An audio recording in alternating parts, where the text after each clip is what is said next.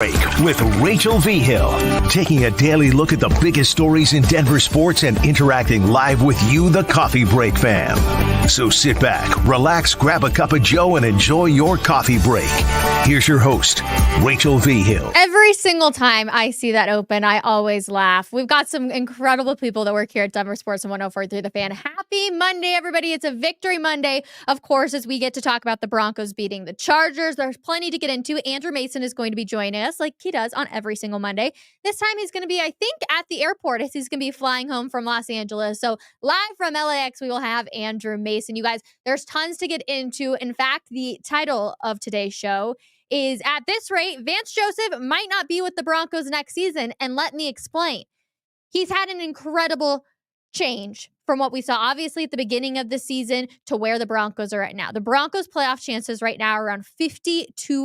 If you would have asked me that after the Dolphins game, I would have told you no way. And of course, I think if they win out, it's like a 99% chance. If they lose to the Lions this week, I think it goes up, or they lose to the Lions and then win every other game, I think it goes up to like 85%. The NFL is absolutely wild this season. There's so many possibilities of what can happen. And we're going to dive into a little bit of all of those things too, because we have to talk about the Chiefs game last night, Patrick Mahomes and them going absolutely off. It was just crazy. But Vance Joseph, truthfully, might not be with the Broncos next year, because he might be getting an offer to be a head coach. Now, of course, we all remember his time as the head coach for the Denver Broncos here. Won 11 games, went 11-21. You really look at him as that. The way he's been able to turn around this defense and allow them to be able to put the offense and the Denver Broncos as a whole in chances to win is absolutely insane. And I do think that there will be some vacancies that coaches and GMs and teams are looking at, and they're like, yeah, we can take a chance on somebody who had such a good turnaround. It's 100% a possibility. I would not be surprised at all if his name does pop up. But let's just take a look at what this defense essentially has done yesterday. They put on a hell of a game, you guys. Holy smokes, from the get-go. They have 6 sacks, 9 QB's hurries, 2 takeaways. There could have been more. There were some that just didn't happen. And it started right off the jump, which was great. Obviously, first play of the game for the Broncos, interception. Russell Wilson, interception. That one stung, and you're like, oh boy, here we go again. Who it was on? Was it on Russ or was it on Mims? I don't know. I think you could easily have the discussion going both ways. But one way or another, the defense comes down. They get back on the field, and they're like, all right, we're going to stop them. What do? Literally have a turnover on downs. Now, Brandon Staley did get a little cocky, I won't lie, going for it on 4th down. But essentially, Chargers walk away with no points. The defense hold them. Holy smokes, I love that we're starting off so hot. Then you have your 3rd sack by the defense with still 11 minutes to go in the second quarter. 3 sacks, and there's still 11 minutes to go in the first half. Absolutely crazy. 4 sacks in the first half. They came in with a game plan, and that was to absolutely hurry Justin Herbert, and that's exactly what they did. Now, of course, you never like to see injuries in the NFL, but it is a part of the game. Justin Herbert obviously leads the game with a broken finger, a fractured finger. I don't know how long that injury is going to last, and we're actually going to talk to Andrew Mason about that. Like, could we not see Justin Herbert at all for the rest of the season? It kind of seems silly to me. Feels like the Chargers' playoff hopes are gone, so why put your quarterback out there? Just allow him essentially to heal and to look ahead to next season. I don't see any reason to, but I also don't 100% agree with a lot of the things that we've seen out of Brandon Staley and the Chargers, so again, don't know what's going to happen there. But going back to the defense, again, there's 8 minutes left in the third quarter, and they get a huge 4th down stop against the Chargers. Massive, you guys. There was like a little bit of momentum for the Chargers. Huge 4th down stop. They went 0-3 on 4th downs, I think, yesterday, which is just crazy. And then Josie Jewell in the 4th. He absolutely goes after the quarterback. Huge sack. And then, of course, I have this question because he does his like little gun fingers. He's like, pew, pew, pew. I'm like, are you going to get fined for that again? Didn't you learn? I think it was like a $10,000 fine or something crazy like that he got fined for last time he did it. But at that point, you don't care. And then I think this is another actually really interesting conversation that needs to be had. Kareem Jackson will be able to return after the Lions game. PJ Locke has become massive for this defense. I've said it time and time again. I think he has earned himself the role to be the starter. And I know Kareem Jackson, 14 years in the NFL, I'm like, dude, I'm sorry, but you got to let the young guy who's literally been so dang good continue to stay out there, and it's working and it's meshing with this defense. And I think you just got to give it to PJ Locke. I'm sorry, Kareem Jackson. It is what it is. But he became the first safety. PJ Locke became the first safety in Broncos history to record a sack in 3 consecutive games. You guys, you have to keep him out there. He's been huge for this defense. I love the energy that he brings to. But yeah, Kareem Jackson, I'm sorry. I think it's time, my friend. I think that this needs to be the end of it. I think PJ Locke has earned that starting role. I don't think that the Broncos, and I think he's being targeted by the NFL? That's a really hard question to answer. However, regardless, at the end of the day, you can't afford to give up those 15-yard penalties that we've seen Kareem Jackson do over and over and over again. So I'm sorry, PJ Locke. I want you out there. Now let's move on to the Chiefs-Bill game, because as soon as the Bronco game was over, I was immediately switching because I'm like, okay, what's going to happen? And if you watched that game, then you 100% saw one of the craziest plays that I've ever seen in the NFL. And the Chiefs are obviously moving down the field. Patrick Mahomes tosses it to Travis Kelce, and Travis Kelce throws it back behind him. You guys, essentially gets called back because there was an offsides penalty. I was like, oh my gosh, I cannot believe that just happened. But to be honest, the Chiefs are kind of embarrassing themselves at this point. Coaches Reid's post-game comments, I'm like, really? We don't need this. Mahomes had literally a tantrum on the sideline, and then he goes into the post game and he is just absolutely going off too. And I'm like, how about you just applaud? And get it. I get it. It's frustrating. You want to win. And they've had so many games where it came down to a last second touchdown that essentially got called back. I get it. And it's really frustrating. But give credit to Buffalo. Give them some credit that they went into Arrowhead and were able to get a win. And how about you just congratulate them? And I don't know. I was just like, so annoyed because every single team in the NFL gets frustrated or like screwed over by the refs. Like that just happens. And I was frustrated. We've seen it happen with the Broncos. We've seen it happen with literally every single team when you're like, oh my gosh, I can't believe that play got called back. Here's the thing though. He was offsides. Don't have your wide receiver line up offsides. It's not a good look for the Chiefs. It's really frustrating, but it's also going to be fascinating because the Broncos are only 1 game back from the Chiefs. So I'm sitting here and I'm like, all right, what does the Chiefs schedule look like? Great question, you guys. Here's the remaining Broncos schedule next to the remaining Chiefs schedule. Obviously, the Broncos have the Lions, the Patriots, the Chargers, and the Raiders, which you're looking at 3 of those games like, okay, Detroit's obviously going to be the hardest matchup. But then for the Chiefs, they've got the Patriots, which should easily be a win, the Raiders, which you think would be a win, the Bengals, probably also a win at this point, and then the Chargers. But to be honest, looking now at what the Chiefs have done, you're not sure what that could look like. They've obviously really struggled, and their wide receivers have put them in some bad places time and time again. So I'm not saying that they're going to win out the season because, to be honest, the games have been going 50-50 for the Chiefs, and usually we're like, oh, that's a win, that's a win, that's a win. But the Broncos control their own destiny. They have to be able to do that. They have to go in and win in Detroit if they want any shot of winning the AFC West or even just staying in the playoff conversation. They have to go into Detroit. I really hope that they're able to. And to be honest, you guys, this was the first game where I really walked away and I was like, this Denver Broncos team is figuring out. They're figuring it out. They didn't win by 3 points or just by 7 points against a backup QB. No, they went in there and they put up big points. They looked like a solid team. We're going to get into the whole Jerry Jeudy conversation too because it's frustrating. I'm like, all right, Jerry Jeudy, dude, you just got to figure it out. I got the screenshot, you guys. How did he not catch this ball? I do not understand at all. I'm like, how? Jerry Jeudy, come on, dude.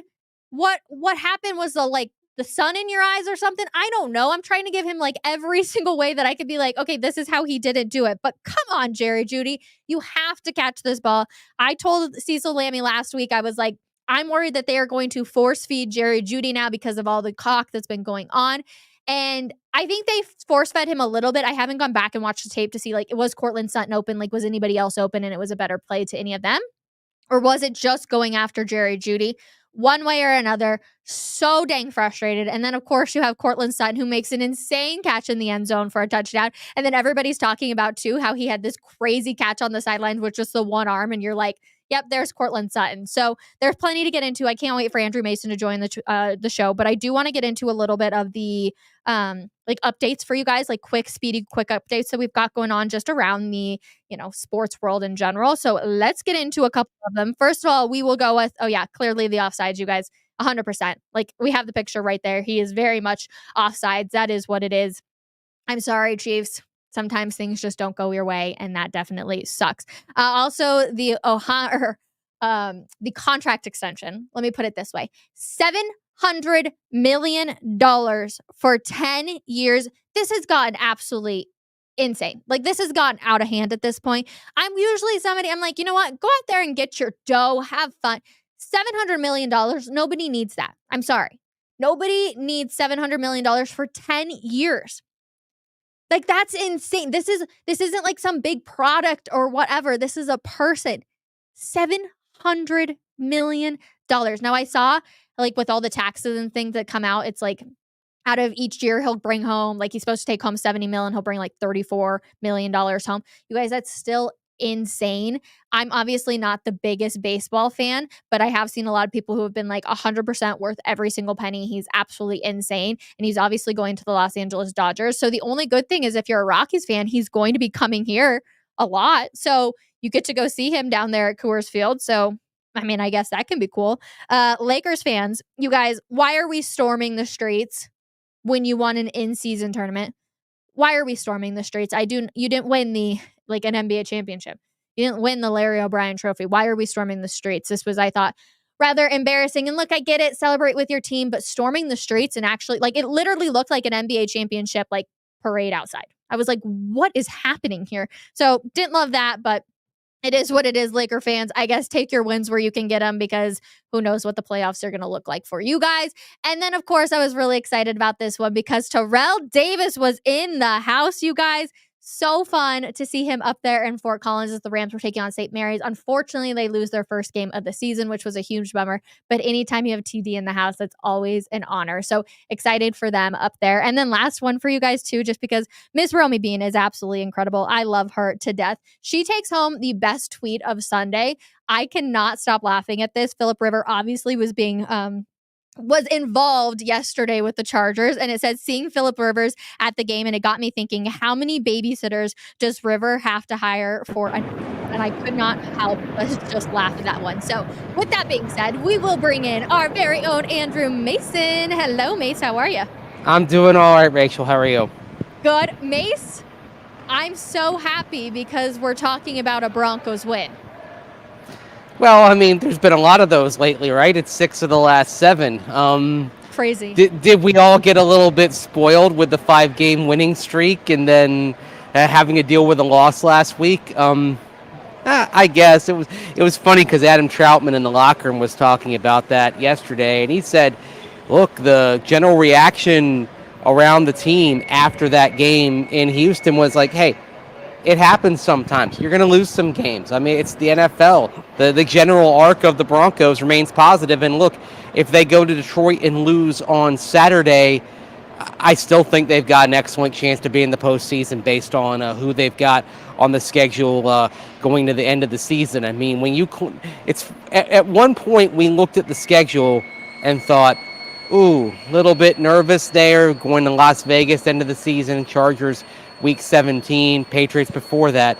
And now you're looking at it and saying, okay, Bailey Zappi, probably Easton Stick, Aiden O'Connell. Yeah. Broncos. I was going to say, Mace, real quick, let's get into this. Do we anticipate seeing Justin Herbert return at all this season, or do you honestly think that it's just going to be Stick remaining for the season? Like, I don't see a reason for the Chargers to bring him back. Yeah, fractured finger on an index finger on a throwing hand. You're probably looking at a time of right around a month. I think best case scenario there. And just given where they are, 5-8. I mean, if they somehow put it together, won the next 2, do they try to force him out there by New Year's Eve? Maybe. I think it's more likely than not when the Chargers come in Week 17 that we'll see Easton Stick out there. And hey, he didn't look too bad in there for a little over a half of work, but that was with basically no film on him. He'd thrown 1 pass in the NFL in the regular season prior to yesterday. So the Broncos didn't have much to go on. They were just kind of playing based on what they knew schematically, as you can hear the airport operating in the background. Let's see what happens starting Thursday when the Raiders get a chance to face Easton Stick, having some game film on him. So, again, feel pretty good about where the Broncos sit, and I'm going to say this right now. I feel pretty good about where they sit, even if they lose in Detroit on Saturday night. Okay, so break that down for me. What do you actually like about this matchup come Saturday against Detroit? I like the fact that you're facing a defense for Detroit that was already struggling and now it's banged up.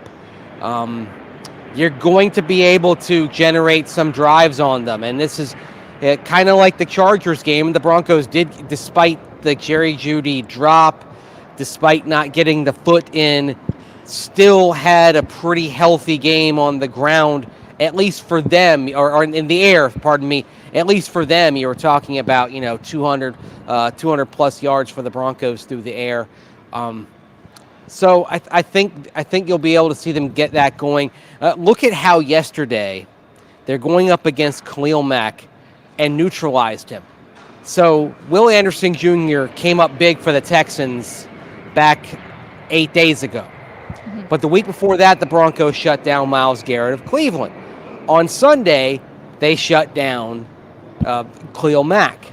And now that probably is a positive going against getting ready to face Aiden Hutchinson in Detroit, right? So I like where I like where this is trending for the Broncos. But here's the question regarding the Detroit Lions. They've lost the last couple of games. Have they been exposed and the Broncos can continue that pattern for the Lions? Or is this the kind of the moment where maybe Detroit got a little bit too fat and happy, and then this week they really push it hard and come out with a different mindset on Saturday night? Frankly, that's going to determine whether this Lions team is contenders or pretenders in the NFC race. So I'm curious to see what kind of Lions team we get, whether we get the one that appears to be reeling or we get one that is a legit contender and proves it can bounce back. Because we've seen plenty of good teams over the years have late season hiccups and rebound. Is this Lions team one of those teams? I think we'll get our answer Saturday night. And I think we're also going to say the same thing out of the Broncos. Are they pretenders or are they going to be actual contenders moving into the playoffs? What could actually happen there? It's fascinating. Have you seen the scuffle or the video clip of the talk between Sean Payton and Jerry Jeudy on the sideline, Mace? I saw it on the broadcast briefly yesterday. Okay, so walk me through this. How has Sean Payton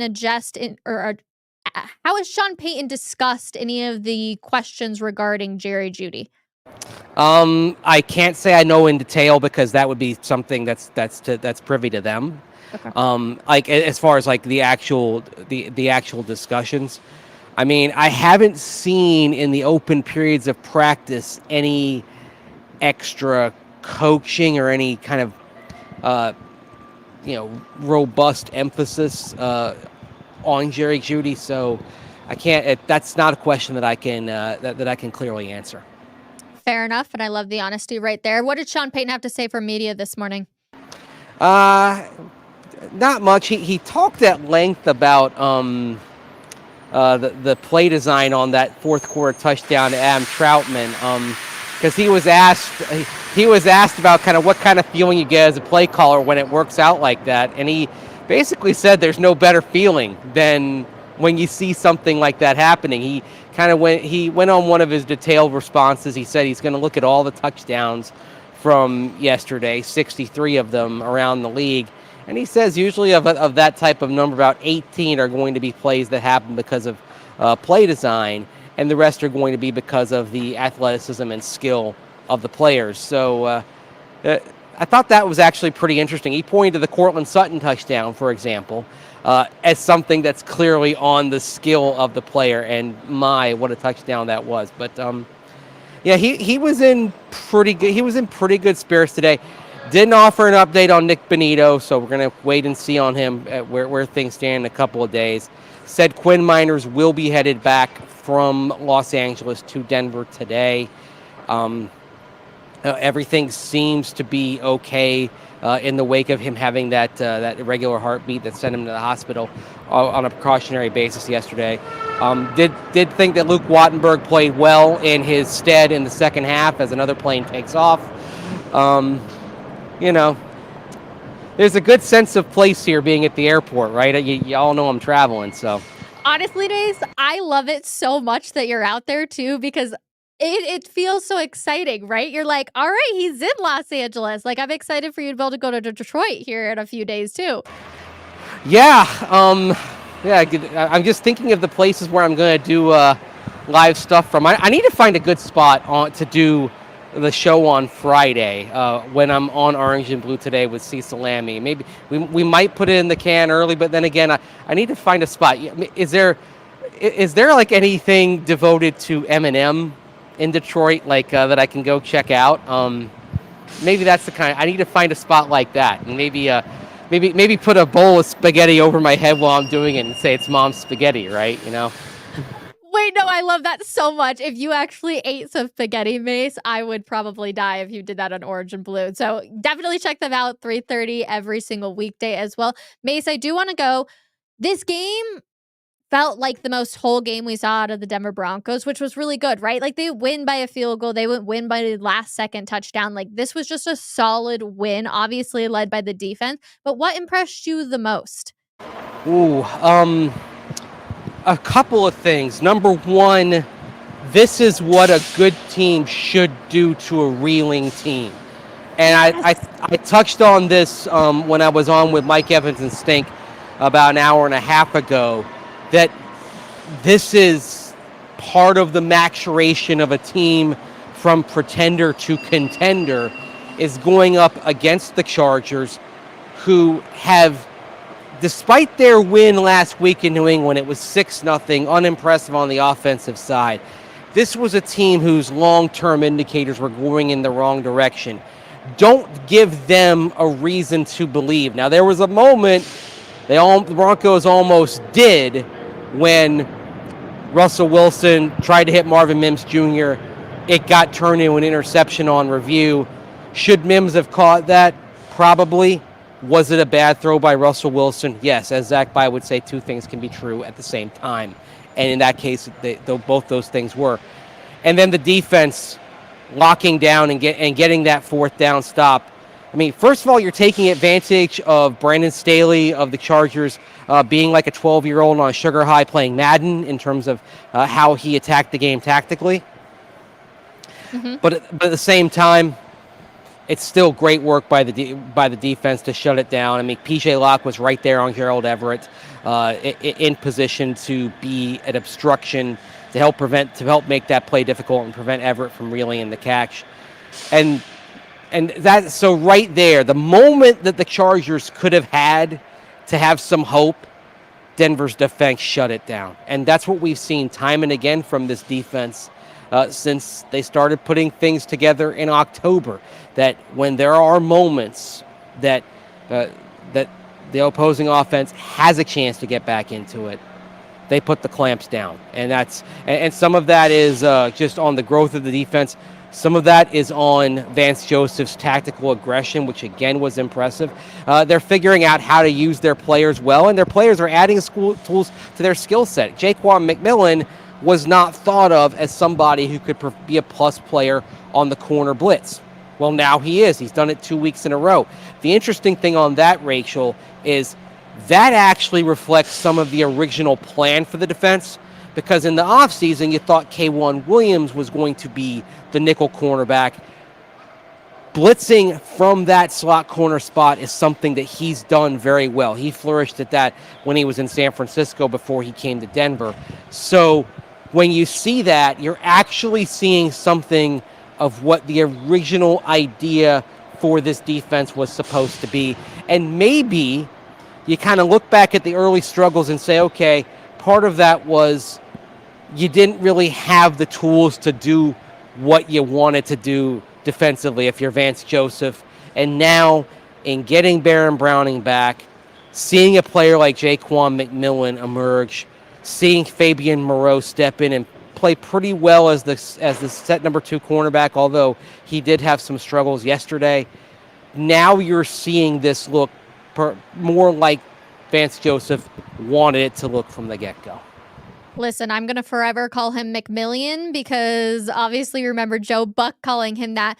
Mace, I had also mentioned earlier on in the show about PJ Locke, and Kareem Jackson is a great guy. And trust me, I understand the leadership qualities that he brings. But when he returns, PJ Locke, I think, has earned the starting role to stay out there. Do you agree or disagree? I mean, he's played well, no doubt. I mean, the defense was playing well with Kareem Jackson in there. Make no mistake. Like they had some of their better games emerging with K-Jack out there. But at the same time, if you're looking at what the long-term plan is for this defense, it's certainly more likely that PJ Locke would be in the mix than Kareem Jackson, although PJ Locke has an expiring contract this offseason as well, so you may have a decision to make on him, and it may be relative to the progress you see from some of the other young safeties.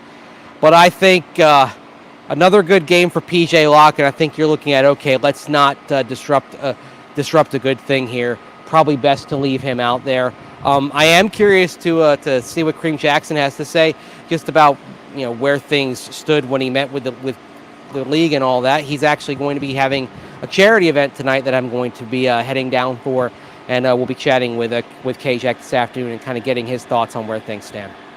Perfect. We will look forward to that. Last question I had for the show today was, I said, at this rate, Vance Joseph might not be with the Broncos next season. I said, let me explain why. Because he could possibly be looked at for head coaching vacancies. How much do you agree with that statement? Because to think back on where we started with the season and everyone saying he should be fired, having this conversation now, complete 180. He was on radars even last offseason, coming off the year with the Cardinals, where the coaching staff was dismissed along with Cliff Kingsbury. I would be surprised if Vance Joseph doesn't get multiple head coaching interviews in this cycle. And the way he engineered this in-season turnaround from 70 points allowed to what we've seen in the last 2 months, that's coaching. I mean, certainly you did get the benefit of getting back to full health, getting Baron Browning back, getting Justin Simmons back from an early season injury, but also, making the right changes, getting Fabian Moreau in there at the number 2 cornerback, elevating Jaquan McMillan to the slot corner and seeing where he could go. He's been very adaptable, has Vance Joseph so far this season. And I think that teams in the hiring process are going to look kindly upon it. The only thing really working against Vance Joseph is the fact that in an era where everyone wants to look for the next bright, shiny thing offensively, he's more of he's a defensive coach, obviously. So that might not be what some teams are looking for. But at the same time, you can't argue with the quality of the results and the improvement that's happened on his watch for the Broncos defense this year. And that comes down to coaching. For sure. Andrew Mason, always a pleasure. Get back home safely, all right? Thanks, Rachel. Talk to you later. Thank you. All right, Andrew Mason right there. Always love having him, especially when he's at the airport because he travels all over the place. You guys, such a fun show. There's a ton more to get into this week here on Coffee Break. So make sure you come back tomorrow morning, 10:30 a.m. We're going to be talking about Courtland Sutton, a little bit more about Jerry Jeudy. So much good stuff. The Broncos, they're staying relevant, you guys. Plenty of good things. Also, if you are watching on YouTube, make sure you subscribe to our YouTube channel, give this a like, and then comment down below. I know everybody comments in the chat, and we love seeing that. I'm able to read all those comments, but let's have a conversation down there in the comments. I will respond later on this afternoon. So I hope you guys have a wonderful Monday, Victory Monday. I will be at the Avalanche game tonight, too. If you are going, I'm actually headed out there as a fan, which I'm really excited for. So I'll be sitting down there with any of you guys. So if you see me, please say hi. Would love to chat, talk about Avs, Broncos, Nuggets, whatever you want to do. So make sure you stop and say hi. And we will see you guys tomorrow morning, 10:30 a.m. Bye, everybody.